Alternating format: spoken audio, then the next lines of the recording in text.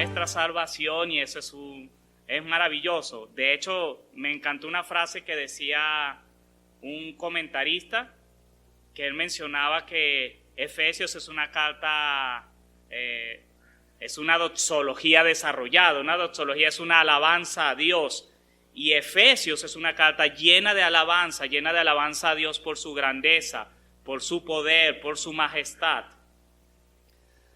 Y uno ve el capítulo 2 y continúa con ese énfasis en que reconozcamos el poder de Dios, la grandeza de Dios, la manera en la que Dios nos salva sin que nosotros hagamos ningún esfuerzo, sin que nosotros tengamos que hacer méritos o ganar puntos. ¿Ustedes se imaginan que la salvación fuese como, por ejemplo, entrar a la universidad, tener que hacer pruebas y después Dios saca un listado con las notas de cada prueba, y si tú no cumpliste los requisitos quedaste por fuera?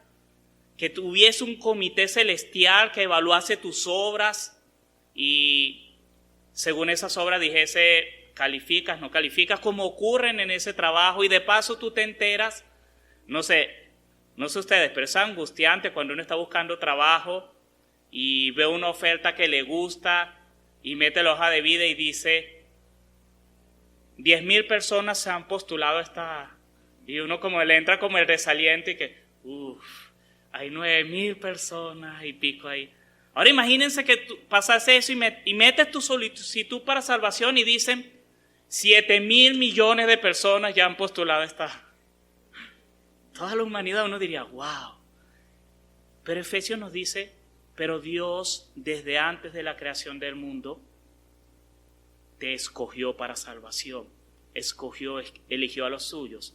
Y obviamente si fue antes de que yo naciese, no había nada que yo hubiese hecho, pudiese hacer para que llamar su atención. Lo hizo por gracia y por amor.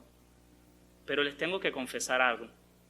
A veces yo leo esto y leo el capítulo 1 en el que habla de Dios haciendo todo para salvarnos, y antes de la creación del mundo, y enviando a su Hijo, y después dejando al Espíritu Santo para que me ayude en mi caminar, y me entra sospecha. Es como cuando nos hacen una oferta y no sé si les ha pasado, entran al centro comercial y alguien te llama y te dice, venga amigo, dele este raspadito y te acabas de ganar un viaje con todo pago, y tú dices, aquí hay un gato encerrado. Esto no puede ser tan bueno para ser verdad, porque obviamente si fuese así tan bueno, ¿de qué vive esta empresa regalándole viajes gratis a todo el mundo? O sea, ¿cómo algo puede ser tan bueno, gratis y tan masivo? Y uno empieza a pensar, hay sospecha. Lo mismo cuando te vienen con esos mensajes de trabaja desde casa y recibe 10 salarios, el equivalente a 10 salarios mínimos sin hacer absolutamente nada desde la comunidad de tu casa con una conexión a internet nada más. Y uno dice, aquí tiene que haber algo, porque si fuese tan fácil, ¿por qué todo el mundo no está haciéndolo? ¿Por qué no todo el mundo está metido en esto? Pasa con la salvación, pasa con nuestra vida. A veces me entra esa duda y digo, si Dios lo hizo todo, si ya todo está pagado, ¿por qué a veces mi vida cristiana no refleja esas verdades? ¿Por qué a veces siento que parezco más un cangrejo, que doy un paso para adelante y 2 para atrás? ¿Por qué me cuesta ser fiel? Algunos momentos preguntándome, ¿por qué me cuesta vivir en el gozo del Evangelio si ya todo está regalado? Y entra esa duda, y creo que el Señor lo sabe, y por eso nos deja su palabra, nos deja una carta como Efesios que nos ayuda a aclarar esas dudas. Y pensando en eso esta semana, cuando trabajaba este pasaje de hoy, el que vamos a estudiar hoy, con esa pequeña duda de por qué algo tan asegurado, tan afirmado, a veces no lo vivo. Pensando en eso, quiero invitarles a que abran sus Biblias en Efesios capítulo 2.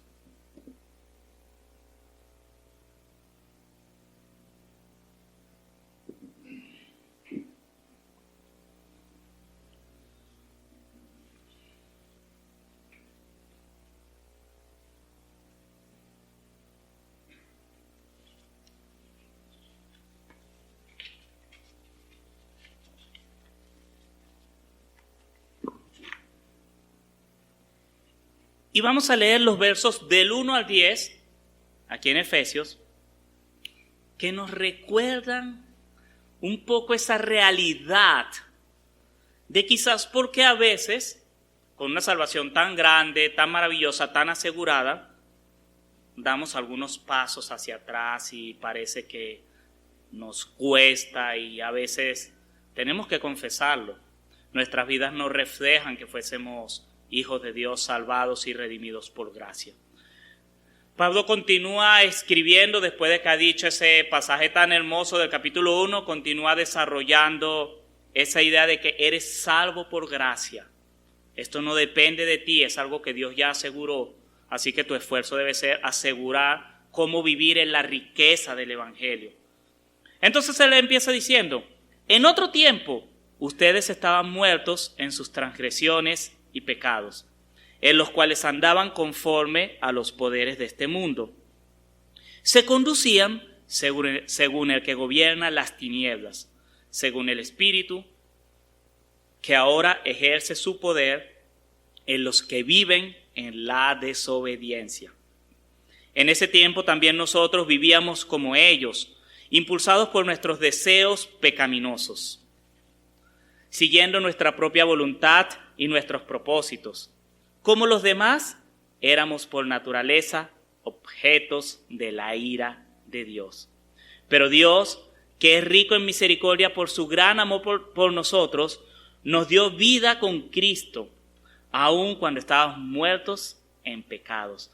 Por gracia ustedes han sido salvados, y en unión con Cristo Jesús, Dios nos resucitó y nos hizo sentar con Él en las regiones celestiales, para mostrar en los tiempos venideros la incomparable riqueza de su gracia, que por su bondad derramó entre nosotros en Cristo Jesús.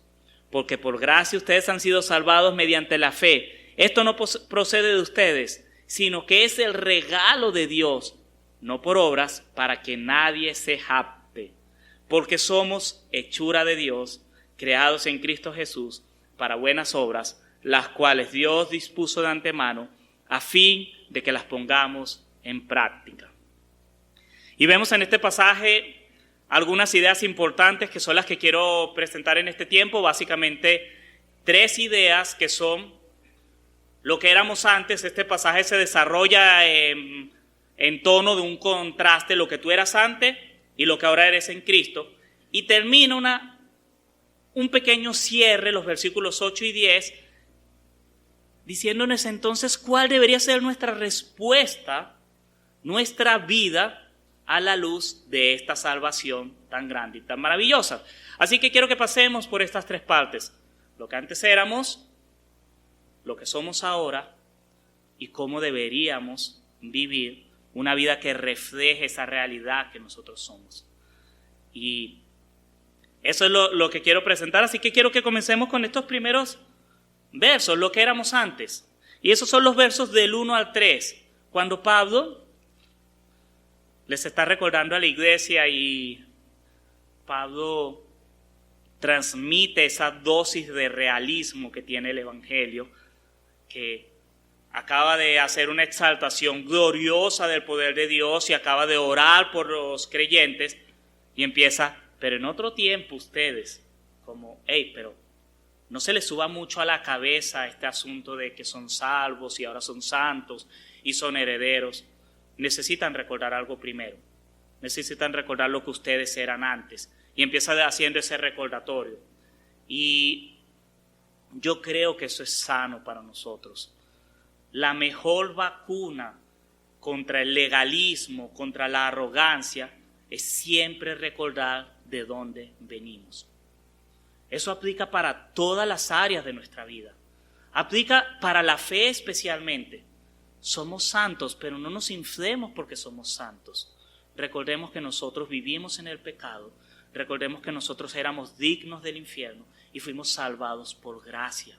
Pero también lo pueden aplicar a todas las áreas de su vida. Te está yendo bien en tu negocio. Recuerda que tú tuviste un comienzo de pasar trabajo, que seguramente tuviste un comienzo de esforzarte. Así que no te creas más porque ahora puedes ir a un buen restaurante o puedes comprar tus cosas. dale gloria a Dios, pero recuerda de dónde saliste. Eso es un ejercicio sano contra la arrogancia. Y si es sano y es bueno a nivel de tus estudios, de tu trabajo, lo es mucho más a nivel espiritual. Y eso es lo que Pablo está haciendo aquí. Y van a ver este patrón en Colosenses, en Filipenses, en muchas de las cartas. Es el comienzo en Romanos, recordando por dónde comenzaste, por tu pecado, para después llevarte a la gracia. Eso es una buena manera de ser humilde, de aprender la humildad. Y eso es lo que él les está diciendo aquí. En otro tiempo ustedes eran esto.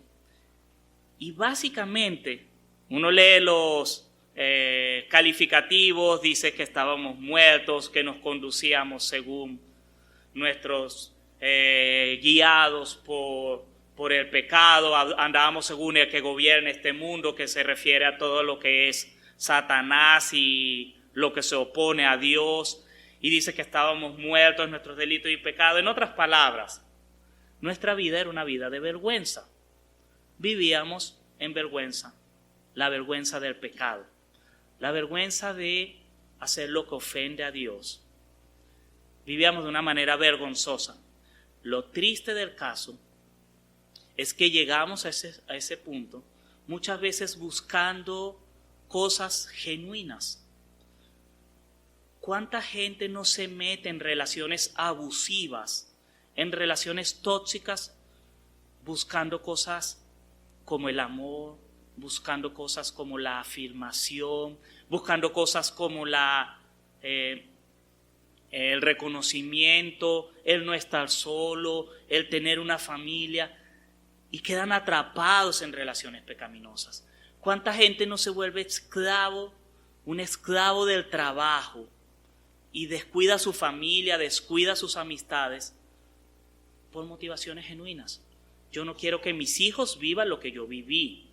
Yo quiero regalarle una casa a mis viejos. El problema es que cuando terminan de construirle la casa se dan cuenta que perdieron la vida con sus viejos. No disfrutaron, no los acompañaron, no caminaron con ellos y vuelven a algo que pudo haber sido bonito, una tragedia.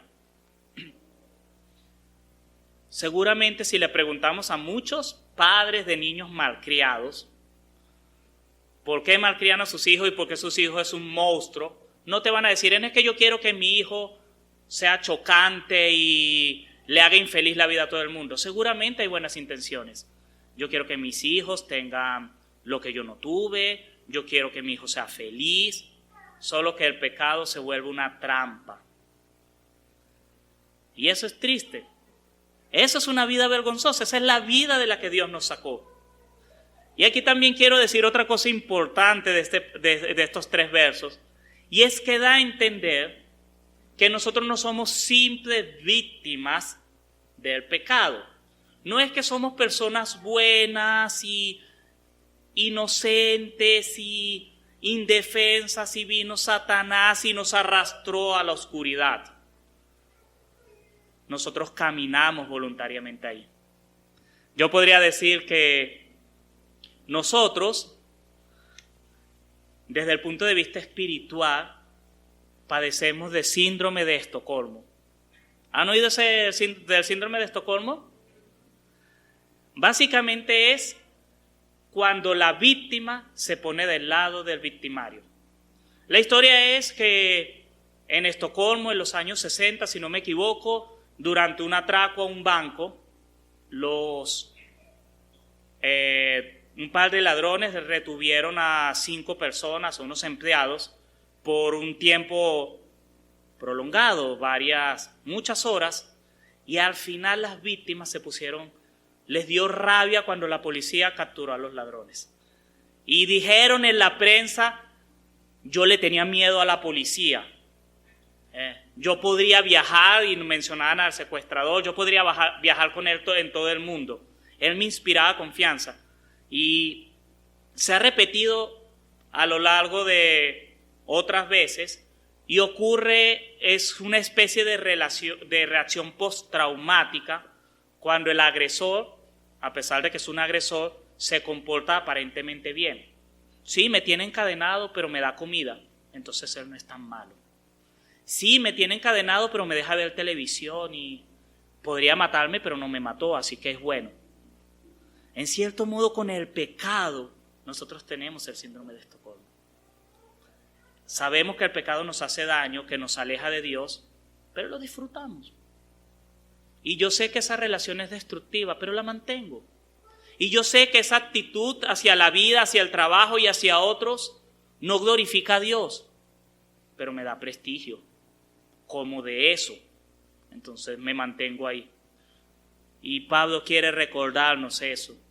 Nosotros no somos víctimas del pecado solamente, somos también colaboradores en el pecado. Nosotros somos enemigos de Dios. Y Pablo termina con ese recordatorio en este pasaje: éramos hijos de la ira de Dios, dignos de la ira de Dios. Eso también es importante que lo recuerdes por dos cosas. Primero, porque espiritualmente no hay posiciones neutrales. No puedes decir, no, yo no voy a la iglesia, yo no oro, yo no leo la palabra, pero yo no me meto con nadie, así que Dios no debe estar enojado conmigo. Dios debe estar tranquilo porque yo no me meto con nadie. No hay posiciones neutrales. O eres amigo de Dios, o eres hijo de Dios, o eres enemigo de Dios. No es que hay una calle del medio. La Biblia Jesús lo dijo, va a llegar un momento en el que va a decir: estos para acá entren al gozo de su Señor y estos para acá condenados. No va a decir estos al gozo del Señor, estos se quedan en el medio porque no son ni tan malos ni tan buenos, y estos condenados. Uno y uno. Pero también debes recordar esto por tu familia, por tus amigos, por tus vecinos, por tus compañeros de trabajo. No, es que él no tiene una vida mala, pero si no tiene una relación con Dios se va a condenar igual. No hay personas neutras. No, sí, mi mamá, mi papá, mi esposo, mi esposa, él no va a la iglesia, pero él no toma, él no fuma, así que Dios no debe estar tan enojado con él. Sí está enojado con él, porque él no está adorando y buscando a Dios de corazón. Y eso debería ser una motivación para orar, para no quedarnos tranquilos, porque a veces sí creemos que hay personas neutras. No, como no está matando gente, Dios no está enojado con él, así que él puede seguir en su vida tranquilo. Pero es que el tema es relación con Dios. Si no tienes una relación con Dios, estás perdido. Ese es el punto central. Así que Pablo nos da esa idea y nos recuerda: ustedes estaban alejados. Y pasa a hablar en los versos 4 al 7 lo que Dios hizo por ti. Y empieza a hablar, a recordarnos: puedes tener una vida gloriosa y digna al ser hijo de Dios. Empieza a hablar de lo que Dios ha hecho por sus hijos. Empieza a recordarnos que estábamos muertos y fuimos hechos herederos y estamos vivos por la gracia de Dios. Fuimos salvados por su misericordia. Y otra vez Pablo resume y evoca lo que dijo en el capítulo 1. Esa salvación no fue por tus méritos. Esa salvación no fue porque tú te lo merezcas. No fue porque tú ibas a ser bueno, porque Dios dijo: es que yo debo salvar a Ani porque Ani va a cantar bonito y va a llevar a la iglesia a adorar. No, a Dios no le importó eso. Dios dijo: voy a salvar a Ani porque quiero salvarla. Porque mi amor por ella es tan grande que quiero salvarla. Y así dijo por cada uno de nosotros. Independientemente de lo que podremos o haremos por Dios y por su reino, Él nos salvó solo por gracia. Y eso es lo que dice aquí. Eso fue algo que Dios hizo. Y esto es otro recordatorio espiritual, y es: a veces yo creo, a veces yo me comporto como si Dios lo que hiciese fue remodelarnos o reconstruirnos. Entonces yo tenía algunos pecados que molestaban en mi vida, vino Dios y los quitó y puso algunas virtudes, me echó un baño, me puso pinturita, limó algunas cosas y listo: salga al mundo, hijo mío, que usted es victorioso. Más bien, yo creo Dios hizo algo con nosotros como reciclaje. Agarras algo, y cuando pienso aquí en reciclaje estoy pensando en reciclaje de metal. Agarras algo que era una cosa y hoy es chatarra, es basura, lo tritura, lo muele, lo funde y hace algo totalmente nuevo. La salvación se parece más a eso que a una remodelación. No es que Dios vino y dijo, bien, tú tienes algunos problemas, Wilcar, tú mientes, ya no mientas más, por favor, dices algunas cosas, ya no las digas, pero sigue así. No, es algo más extremo. Es algo así como llegó y dijo, Wilcar, prepárate porque te voy a matar. Vas a morir y yo te voy a resucitar como hijo mío. Es muerte para resucitar. Es ser destruido para ser hecho algo totalmente nuevo. Ese es el tema de la salvación. Es algo extremo. Y cabe preguntar, y dejo aquí solo la pregunta, quizás nuestra inmadurez espiritual brota de entender que Dios solo pide pequeños cambios en mi vida y no que yo entregue toda mi vida y muera para vivir a Él. Quizás mi inmadurez se debe a que yo creo que el problema que Dios tiene conmigo es que yo soy mentiroso, pero Él está contento con lo demás en mi vida. Así que eso yo lo puedo dejar y seguir adelante. Y no pensar, ¿no será que Dios quiere que yo muera y resucite de nuevo, que sea una nueva creación? ¿No será que Él quiere que todo yo, aun lo que yo considero bueno, aun lo que yo considero buenos hábitos, deben morir y volver a nacer? Porque Él es el dueño de toda mi salvación. Él es el dueño de toda mi vida. No sé, les dejo esa incógnita en la que he pensado, en la que creo que todos deberíamos pensar. Porque a veces solo le acercamos a Dios nuestras partes feas, pero no todo. Y necesitamos entregarle todo. Y eso es lo que Pablo les está recordando aquí. Lo que yo he hecho es algo completo y radical. Pero como les dije hace un momento, aquí viene la parte de la duda. Y yo leo este pasaje y digo, bien, si entendí bien en los versos 1 al 3, dice que yo era irremediablemente perdido, que yo no tenía ninguna posibilidad de escapar del pecado, que yo estaba condenado totalmente. Eso es lo que dice los versos 1 al 3. Ahí yo no puedo hacer nada, solo colaborar en pro del pecado. No puedo hacer nada para salvarme. Luego vienen los versos 4 al 7 y dice, Dios envía a su Hijo y por su gracia me hace salvo. Y también digo, aquí yo tampoco puedo hacer nada. Yo no necesité llenar una aplicación para salvación. Yo no necesité hacer algo para ser transformado. Dios lo hizo todo. Así que también puedo decir, soy irremediablemente salvo. Entonces, ¿por qué a veces mi vida no lo refleja? Entonces, ¿por qué a veces hago tan difícil mi santificación? Porque a veces si sé que fui salvo por gracia y Dios me dio la herencia, porque no vivo como un heredero, porque no vivo en ese gozo, porque tengo momentos de amargura, porque tengo momentos de pecado, porque tengo momentos de tristeza. Si es tan extrema la salvación, no debería ser que ya uno lo recibe y me salen las dos alitas y la aureola y me voy volando al cielo, ya quedo listo.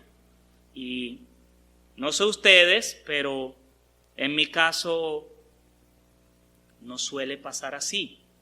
Y hay momentos, y me alegra que no soy el único. En teología se usa la frase la noche oscura del alma, y son esos largos periodos de profunda tristeza espiritual. Y lo han tenido grandes santos de la historia, han tenido momentos de larga oscura o de profunda oscura del alma. Y uno dice, bueno, entonces, ¿qué pasa aquí? ¿Por qué ¿qué pasó? Creo que la respuesta Pablo nos las da en los versos 8 al 10. Y quiero leerlos, es como el cierre. Porque por gracia ustedes han sido salvados mediante la fe. Es lo que él ha venido repitiendo.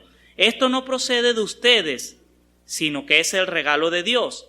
Ya lo ha dicho, es un regalo por gracia. No por obras para que nadie se jacte. Ya lo hemos dicho, no necesité hacer nada, no había ninguna obra que me dé salvación. Porque somos hechura de Dios, creados en Cristo Jesús para buenas obras, las cuales Dios dispuso de antemano a fin de que las pongamos en práctica.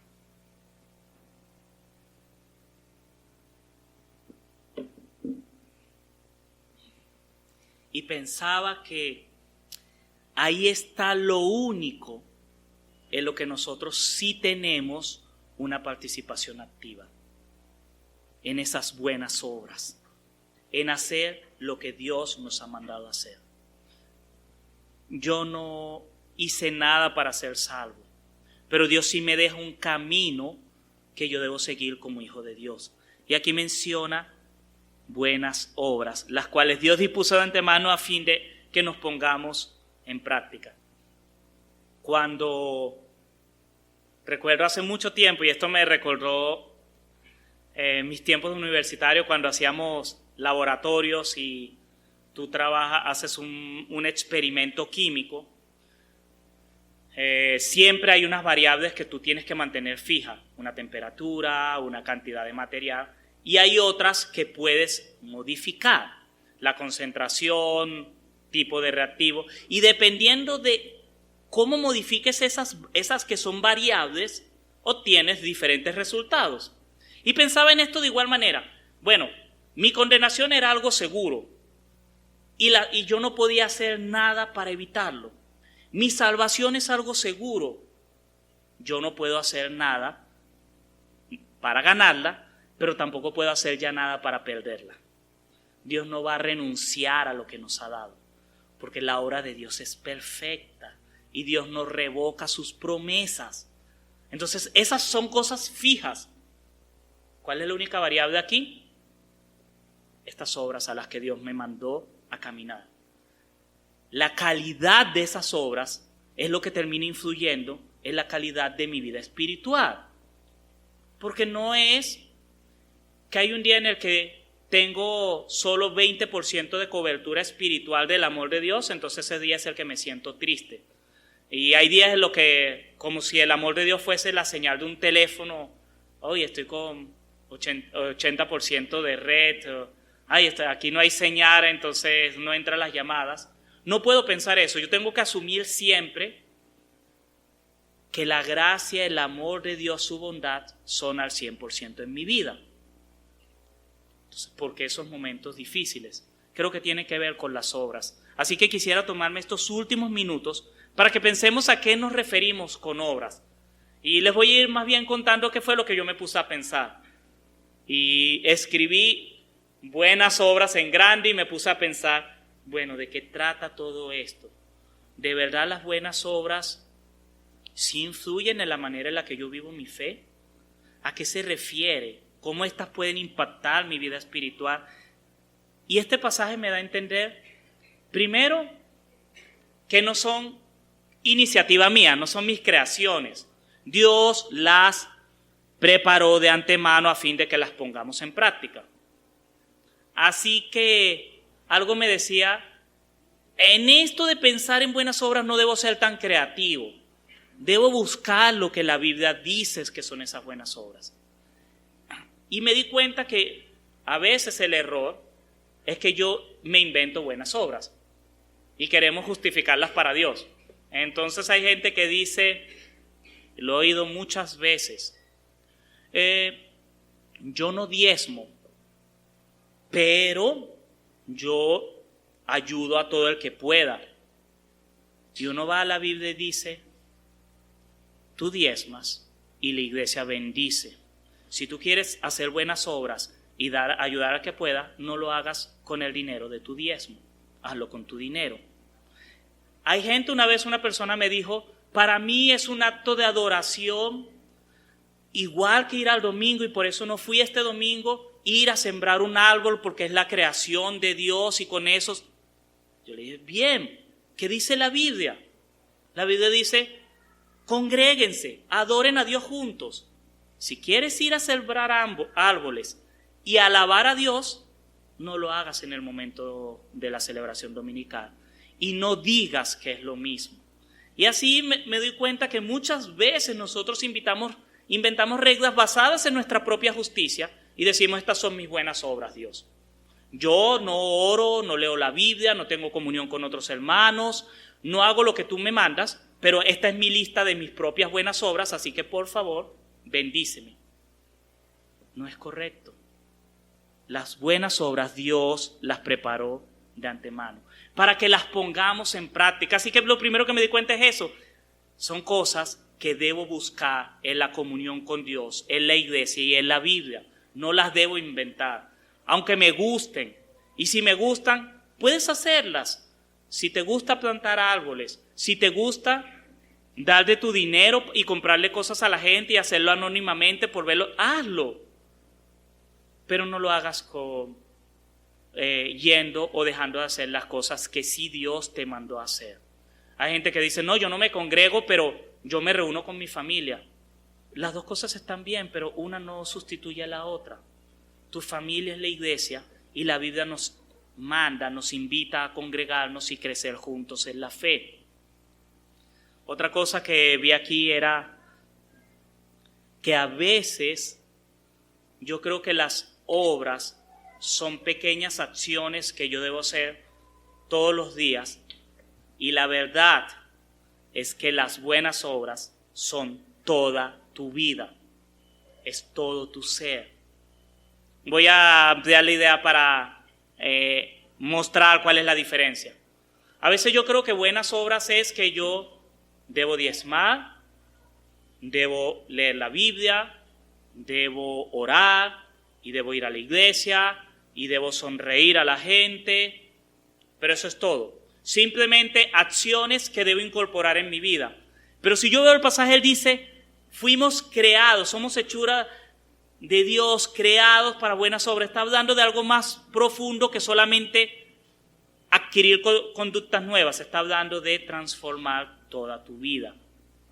Y pensaba que a veces es como cuando hay una persona que es maleducada por naturaleza, una persona que es malhumorada y descortés, y le decimos, tienes que ser educado, tienes que ser cortés.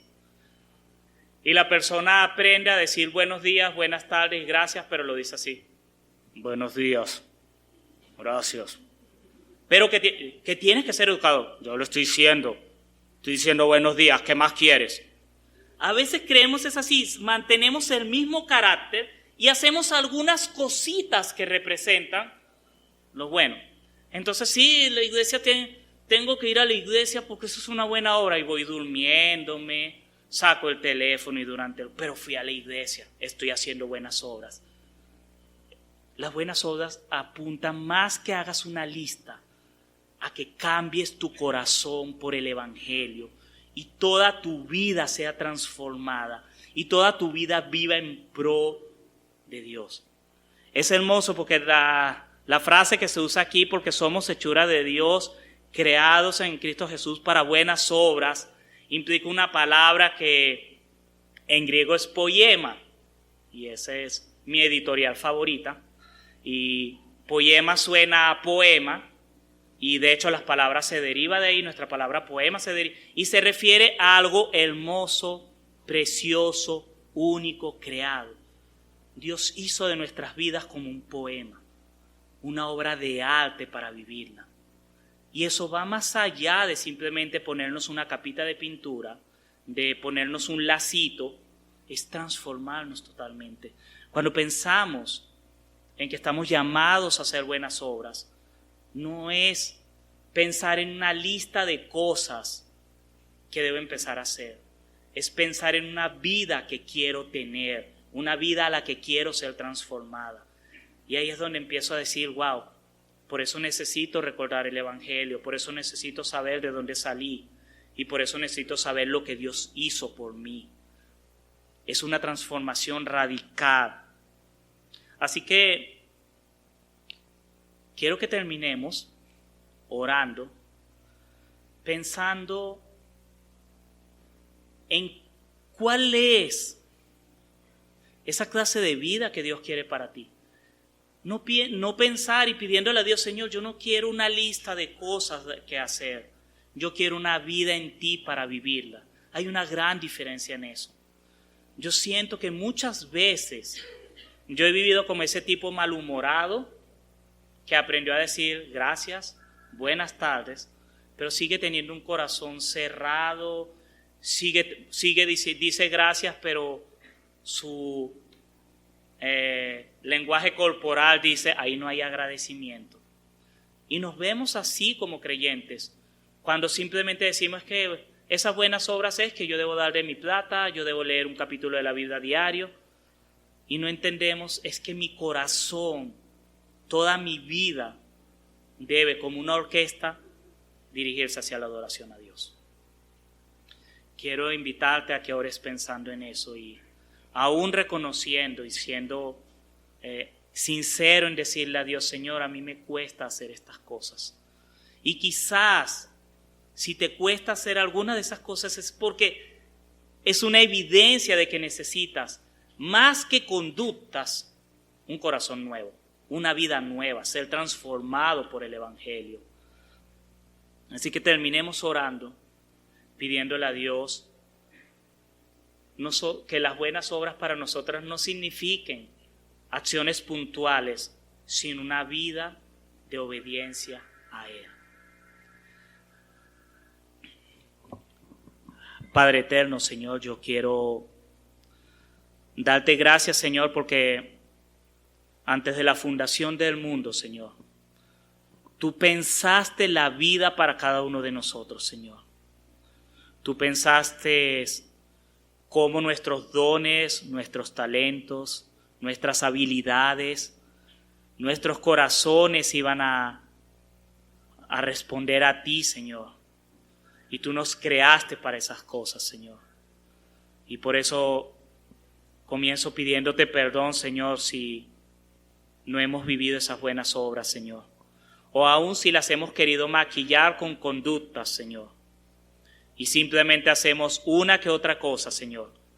Pública, visible, creyendo que eso te agrada, Señor, pero en nuestros corazones, en nuestra vida íntima, seguimos queriendo nosotros tener el control, seguimos queriendo nosotros manejar las situaciones, seguimos creyendo que nosotros podemos gobernar nuestras vidas, decidir lo que es bueno o malo. Perdónanos, Señor.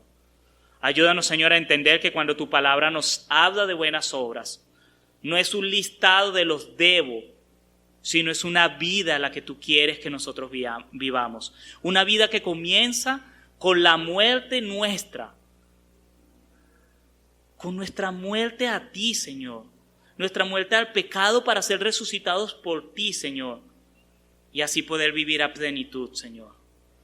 Yo quiero pedirte, Señor, esta mañana especialmente por los que luchamos con obedecerte, los que luchamos con entregar nuestras vidas a ti, que tú nos puedas sostener, que tú nos puedas mostrar tu gracia cada día más y más y que podamos conocerte. Por favor, Señor, no permitas que nos olvidemos de dónde tú nos sacaste, pero que tampoco nos olvidemos de las promesas de vida y redención que tú tienes para nosotros.